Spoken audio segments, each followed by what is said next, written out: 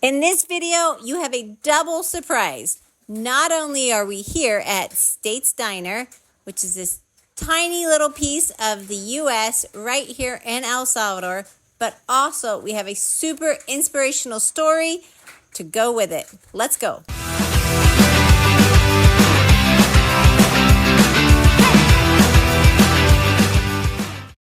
You guys know that the U.S. is known for having a big, generous heart. And here it is right in the front, free coffee for police, military, and city workers. Step inside and you step through a time capsule back to the 1960s in an old classic diner, complete with a classic car coming off of one wall, a disco ball shining for everyone, U.S. license plates, a jukebox, and vinyl records. It's true, with all of the memorabilia and souvenirs from the States, for a minute, you start thinking, maybe I am back in the States.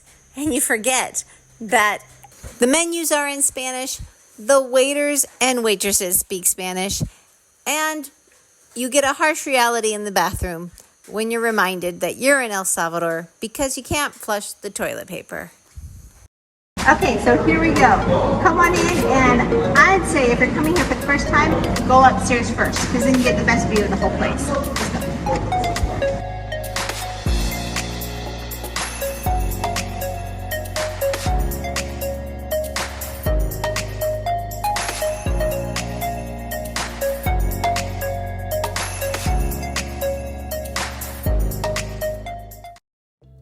The Ackerman family came down here in 2003 to serve the children that were in the orphanages in El Salvador. But they noticed that when the children got to be 18, they were asked to leave the orphanages, and without any family or anyone to help them out nearby, they just went to the streets and usually to the gangs.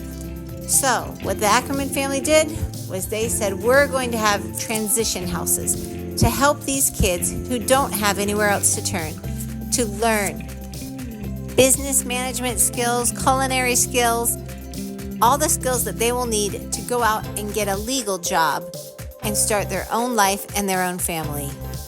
So when you come to States Diner, be ready for some wonderful food and great service, but also be patient because the cooks, the servers, and everyone in between are coming straight from sus hijos and these casas of transition and are learning the skills that they will need for the future.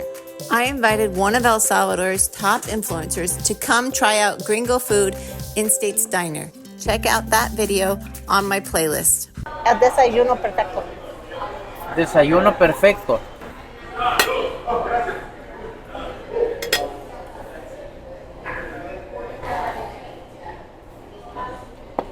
Solo puedo decir que no sabe como yo esperaba. Sabe. No, sabe bien. Saben como tostada francesa. Con los pepinillos Pepinillos. fritos, sí. Ok, ¿Listos? voy. Pepinillo. Todo para arriba. 1, 2, 3. 2, 3. Cheers. Salud, cheers. Buscar, yo me espero. Tengo miedo, Muy- amigo. Con muy Eso salado. sabe muy bien. ¿Qué piensas? No sabe mal. No, Está rico. a mí el pepinillo me gusta. Y fácilmente este podría ser un tiempo de comida. Sí, y todo es mejor frito. Está rico. Okay. Sabe bien. Okay. Ah, está acidito. Okay, I'd like to introduce you to Kurt Ackerman. Is it Ackerman? Is that right? Okay, great. He is the founder and the owner of States Diner, and he's an amazing man. And it shows you what you can do when you have a passion and when you have a heart to help others, how your life can just explode into amazing things. And I mean, for me to get these kids on a good track, to get them started in life, to show them the best way to start their lives and just to change their lives so they're not we don't have kids coming out of the orphanages and the youth prisons, and they're just recreating the same problem. They're having babies, and they're not taking them care of their responsibility. It's like the cycle, the generational cycle. Exactly. Get back And to we that. stop it. Sorry. That's fine. Okay, so it's like, well, you only know what you've seen and what you've experienced. And so if you see your mom and your dad, committing certain patterns, then you think that's just the way life is, and you follow those same exact patterns, and then you get these generational cycles. But then when you don't have a family, and you have the example of just people taking care of you, or people abusing you, people sexually abusing you, it's typically the people who have been abused become the abusers, in the centers and stuff like that. So we're trying to stop that so it doesn't keep happening over and over. yeah, that's what I love about your foundations is it's not about, no, don't do this, this is bad. You have to show them they have to experience a new type of life. They have to experience, you can't just tell them, you have to show them, so they experience something different, so they can repeat that new cycle, repeat that new pattern instead of the old one.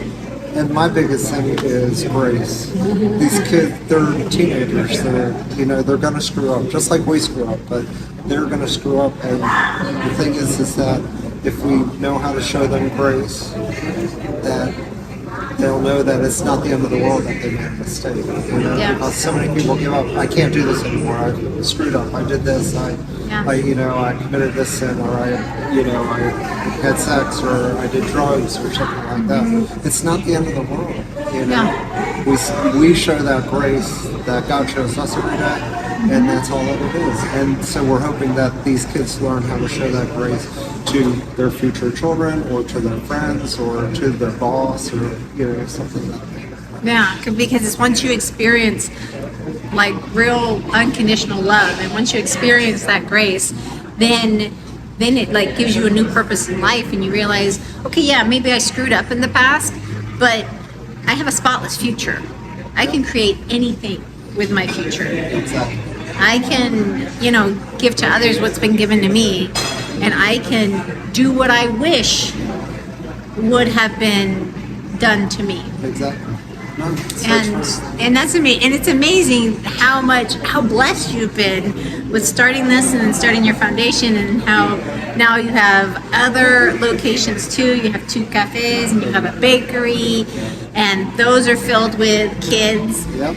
That are learning new skills and hopefully going to start their own families, and their own businesses, and they're going to be great employees for other people because they have a base, and they know how to show up to work on time, they know how to be clean, how to be respectful, how to write a resume. How many kids come to us and they don't know how to write a resume, even after they graduate high school? Yeah, and it's something that I've done in some of my parenting coaching. It's like, look, it doesn't matter what you say. Your kids are not listening to the lecture. They are watching the show. Yep. So what you show them, how you use your body proportionately, your 4 limbs versus your 2 ears and your 2 eyes and only your 1 mouth. Yeah. You have to use that proportionally with teenagers, because anything that comes out of here can and will be held against you. So zip it. And for me, it's like 14. At 14, not another word unless they ask a question. And all this, I'm just like, well, honey, I'm just going to go do the service project. Honey, I'm just going to go visit the orphanage. I'm going to go do this. What are you going to do? And sometimes we just have to let our kids mess up, and we have to decide what hill we're going to die on. Is it really that important to have a fight, to have an argument, to tear them down, and to let them know that they mess up, or just let them mess up, and then they learn from their mistakes and go on. Yeah. We still love Wow. Well, thank you so much. I am so inspired by Steve Steiner. And if you guys want to know more about sus hijos and Kurt's foundations, all the links are down below in the description and in the comentarios. We'll see you later. All right. Peace. Bye-bye.